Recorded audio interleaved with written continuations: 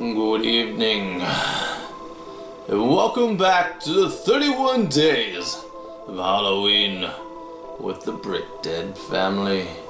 I am your host, Dead Daddy Brickhead, and today we bring you a ghastly tale from our Book of the Dead. And this one is for all those clown lovers out there. You know who you are. You love the spooky clowns. This story is entitled The Clown.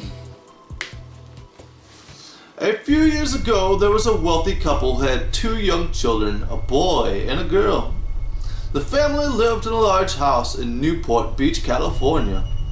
After taking care of their kids all week, the mother and father decided they needed to take a break. So they booked a table for a dinner at a nice restaurant. That evening, they called a teenage girl they knew that arranged her to come babysit the children while they were out. When the babysitter arrived, the parents told her to fix supper for the kids and put them to bed. After that, you can just watch TV and help yourself to anything in the fridge, said the father. And if you wouldn't mind, said the mother, could you watch TV in our bedroom?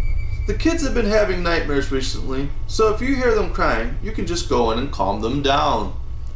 The babysitter happily agreed and the parents left for the dinner date.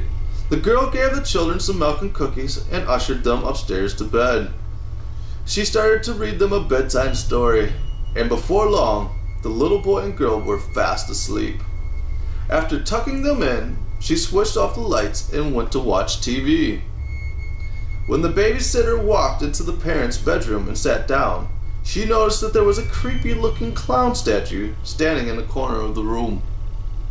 She tried to ignore it, but it looked so eerie and disturbing that it sent chills down her spine. She felt as though its eyes were staring right at her as she was watching TV. As time passed, the babysitter started to feel more and more uneasy about the clown statue. Whenever she glanced at it, she got the unsettling feeling that it had moved, ever so slightly. Finally, the clown statue began to freak her out so much that she couldn't handle it any longer. She decided to go downstairs and phone her parents. When she dialed that number that they had left for her, the mother answered. "Hi, it's me," said the babysitter. "Everything's fine. The kids are fine, asleep in bed. But I do wonder one thing. Would it be okay if I watch TV downstairs?" "Of course," replied the father. "But why?" "I know it sounds silly," laughed the girl, "but the clown statue is really creeping me out." "The clown statue?" the father asked.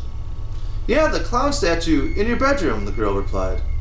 The phone went silent for a moment. "Listen to me very carefully," said the father. "Take the children. Get out of the house. We will call the police, but go now." What's wrong?" asked the girl. The father gulped and replied, "We don't have a clown statue." For a second, the babysitter just stood there stunned. Then she dropped the phone and raced upstairs and grabbed the children, carried one under each arm, and raced downstairs again and fled into the street. Huddled on the sidewalk, comforting the two children, the babysitter looked up in the bedroom window and saw something that made her scream out in horror. Peeking through a gap in the curtains was the white, painted face of a clown. It stared at her for a moment, then sank back into the darkness. Within minutes, the police arrived and cautiously entered the house. In the upstairs bedroom, they found a man dressed in a clown suit. When they arrested him, they found a knife concealed in his costume. The clown turned out to be a mentally disturbed midget who was a convicted murderer and cold-blooded killer. The evil man had been stalking the family for months, lurking in their attic during the daytime and coming out to sneak around the house at night. For weeks, the children had been complaining about a clown statue that stood in the room and watched them sleep. but the parents just dismissed it as nightmares.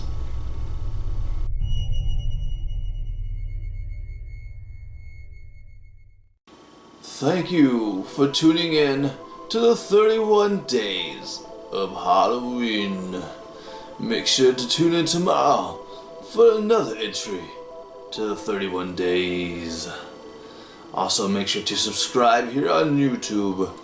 Make sure to also check us out on Facebook, Instagram, Pinterest, and Twitter. I am Daddy Brickhead, saying unpleasant dreams.